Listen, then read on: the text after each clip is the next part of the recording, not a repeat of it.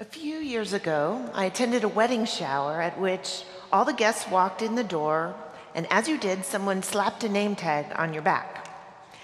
As an icebreaker, we had to talk to everyone at the party to try to find out who our match was. I was delighted when I finally found my match, Brad Pitt. And I claimed my name tag, which read, of course, Angelina Jolie. This was a few years ago. I promptly peeled the name tag off the back of my shirt and slapped it on the front. Later that day, I was meeting a friend for dinner, and all throughout the dinner, I thought I saw the waitress looking at me in such a funny way. Finally, when she brought the check to the table, she said, "I'm so sorry to bother you, but is that really your name?" Still had the name tag right here. Sadly, Angelina Jolie is not my real name. But along with every other human being on this planet, I spend a lot of time struggling to remember my name. Because to do what you're meant to do, to be who you're meant to be on this journey of life, you have to know who you are. Here at the start of the season of Epiphany, after Epiphany, the day the wise strangers risked everything to follow a star in the sky, we begin a 3-week series called The Work of Worship, where we'll try to open up different elements of the worship service to invite you, the worshiper, into the thought behind planning the service. Every Sunday when you arrive here in the nave, you enter a carefully crafted experience designed to move your heart and your mind toward God.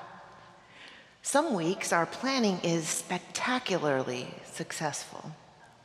And sometimes the elements, shall we say, don't fit as seamlessly as we'd hope. But you will never enter into an experience that has not been built with the intention of trying to connect us with God. Today is commonly known in the church calendar as Baptism of Jesus Sunday, so you can guess it's no accident that we have celebrated baptisms today. I tend to think it's a special blessing to celebrate baptism on this Sunday because the water, the families, the naming, the promises, these are visible and tangible reminders that Jesus asked the very same questions we ask. He had the same doubts that we do about what he was meant to do with his life. And with the blaring messages of the world assaulting him from every corner, like us, he struggled to remember who he was. For these little ones baptized today, along with their families, they're continuing the human journey of living into the full gift and potential as beloved, created children of God. To do this, they have to know who they are. They have to know their names, the names they've been given by their parents, and most of all, the names they've been assigned by God. It's a good day for all of us to remember, because we try our whole lives long to remember our true names, to know in the deepest part of who we are that we are each beloved children of God in a cold, hard world that assigns all different kinds of names to us.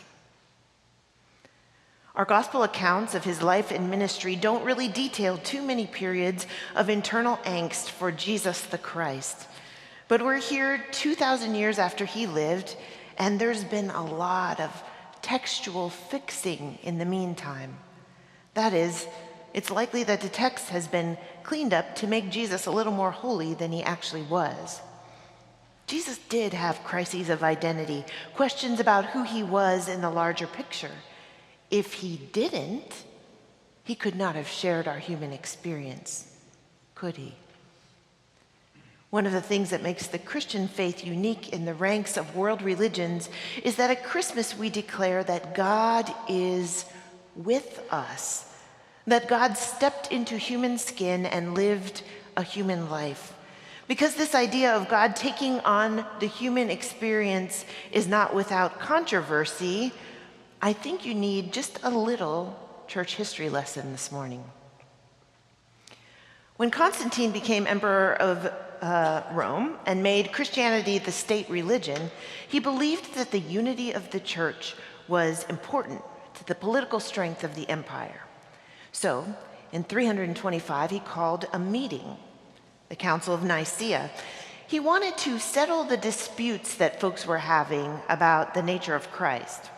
So, after long meetings, the council finally issued something called the Nicene Creed, agreeing that Jesus was fully God and fully human. But there was still ongoing controversy. Can you imagine?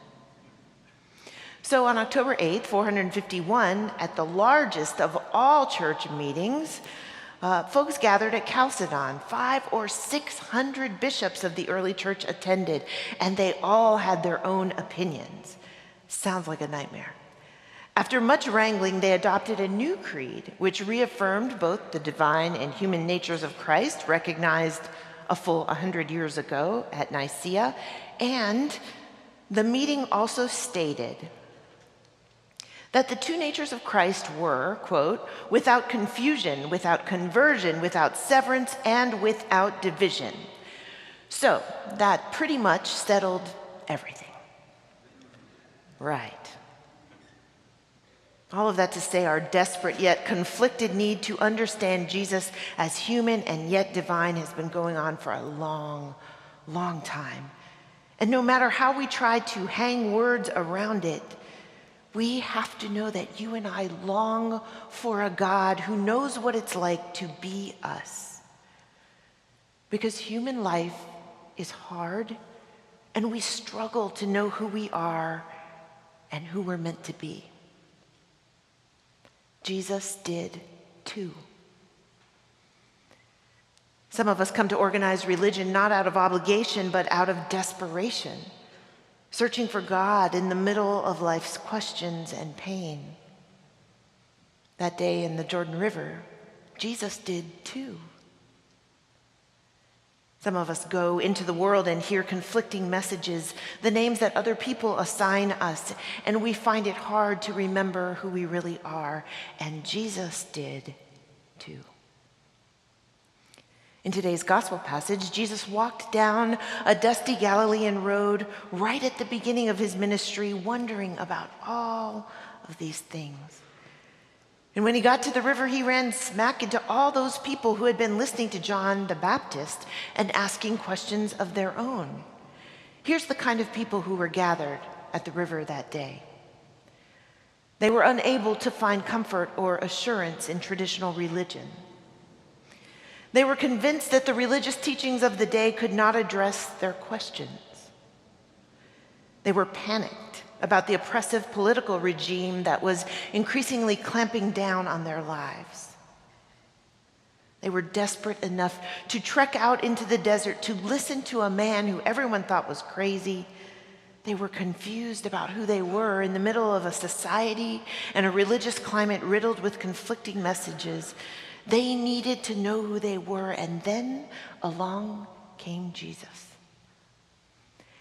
And he lifted up his robes and he waded into the muddy water, and he asked John the Baptist to dunk him under, to bless him, and to remind him who he was. And that's all so strange and so beautiful. What kind of God starts a message to the world by getting dunked under the water just like everyone else, coming up dripping, sputtering, and rubbing the silt out of his eyes?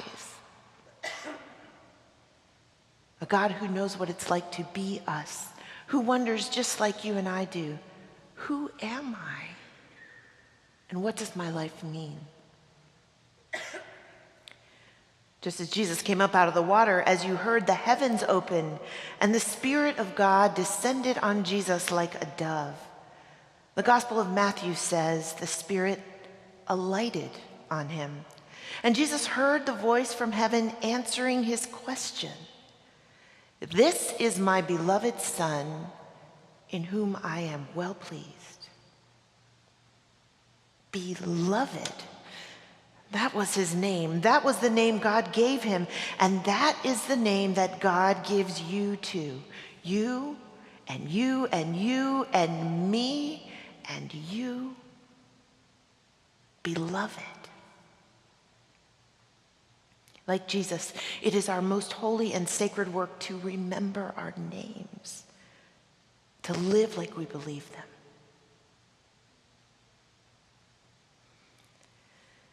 Fred Craddock is known as one of the most gifted preachers of our lifetimes. He died almost 2 years ago after a distinguished career of preaching, writing, and teaching. He was a very slight man, but he could spin a story in the pulpit that you would never forget. A few years ago, I heard him tell this story. Fred and his wife Nettie were just starting out. He was a new, young preacher. They didn't have a lot of money, and they couldn't take vacations frequently, so it was a treat when they had an opportunity to slip away to the mountains of Tennessee for a few quiet days in a remote cabin. One day, they went into the little town nearby to have lunch, and they saw in the local diner an elderly man who was going from table to table greeting diners. Eventually, the man made his way to their table, and learning that Fred was a pastor, he insisted he had a story to tell him. Now, if you happen to have ever been a pastor, you will know that public knowledge of your vocation often leads to the strangest circumstances. Craddock, to be told, didn't want to hear this man's story. He was on vacation.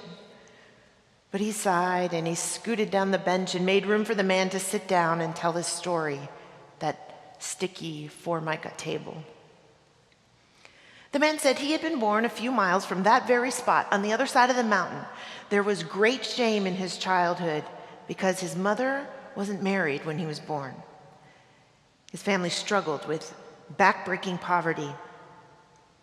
He learned to stay to himself at school and to work hard to drown out the insults that were sure to come his way. A big part of his childhood was hearing over and over the word bastard, whispered under folks' breath whenever he and his mother walked down the sidewalk or on the playground at school. Because of this pain, this little boy stayed out of the limelight as often as he could. He went to school and he came home, and that was about it. When he was about 12, word began to spread that a revival was coming to town. A big tent was set up right on the edge of town, and everybody was talking about what was going on there. Apparently, there was a preacher visiting, the most entertaining preacher that anyone had ever heard. As word of the new preacher trickled gradually his way, the boy began to get curious about the new entertainment. Finally, he decided he just had to hear this preacher. So he snuck into the revival one night, almost undercover, and he found that stories of this preacher were true. He left them all sitting on the edge of their seats, just waiting for what he had to say next. So the boy came back the next night, and the next. But he was always careful to slip in late, to sit in the back, to duck out early before anybody could question his right to be in church or to throw any insult in his direction. On the last night of the revival, the boy was so caught up in the service that he forgot to slip out early. When the service was over, he turned to leave, and suddenly he felt a big hand on his shoulder. He whipped around, he saw the face of the preacher. He said, "Who are you, son? You've been here every night, and you look familiar to me. Who's your father?" The boy's heart sank at the dreaded question. But then the preacher went on. "Wait a minute. I know who you are. The family resemblance is unmistakable. You are a beloved child of God." And then he patted the boy on the back and added, "That's quite an inheritance, son. You go on now and you claim it." You know, the man said to Fred and Nettie at the end of his story, "That moment when I thought I heard what God thought of me, that moment changed my life." And then he thanked them for listening, and he scooted to the end of the bench, and he got up and he went on to visit another table. As they finished up their lunch, laughing again at the strange experiences that preachers have everywhere, even at lunch in a diner in the mountains of Tennessee, their waitress stopped by and said, "Do you know who that man is?" No, they didn't. She explained that he was Ben Hooper, a local legend. He had been raised right there in their very town, risen out of poverty and a home with a single mother to become a successful lawyer. And then he was elected to 2 consecutive terms as governor of the state of Tennessee.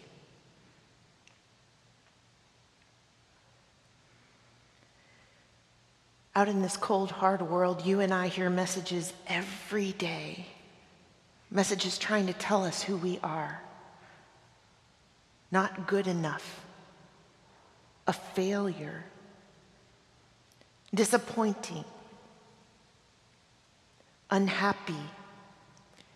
Incapable of loving or being loved. But those voices, they are not calling us by our real names.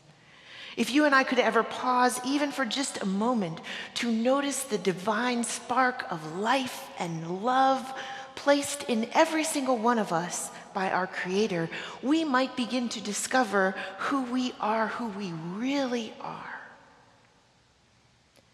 And once we know who we are, well then, we are bound to do audacious things. Things like follow a star, or start to believe just a little, or whisper a prayer, or love someone we couldn't love before, or forgive even ourselves. Knowing who we are, who we really are, and who God has created us to be is where we begin this year.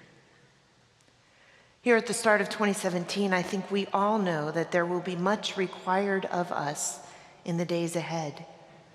Courage, conviction, selfless work to build communities that reflect justice and radical love, the determination to speak truth to power. We cannot do any of these things unless we know our names, unless we know who we are. So today, answer the question again. Who are you? What is your name? And listen to the answer. Beloved. Beloved. Beloved. Be loved. Amen.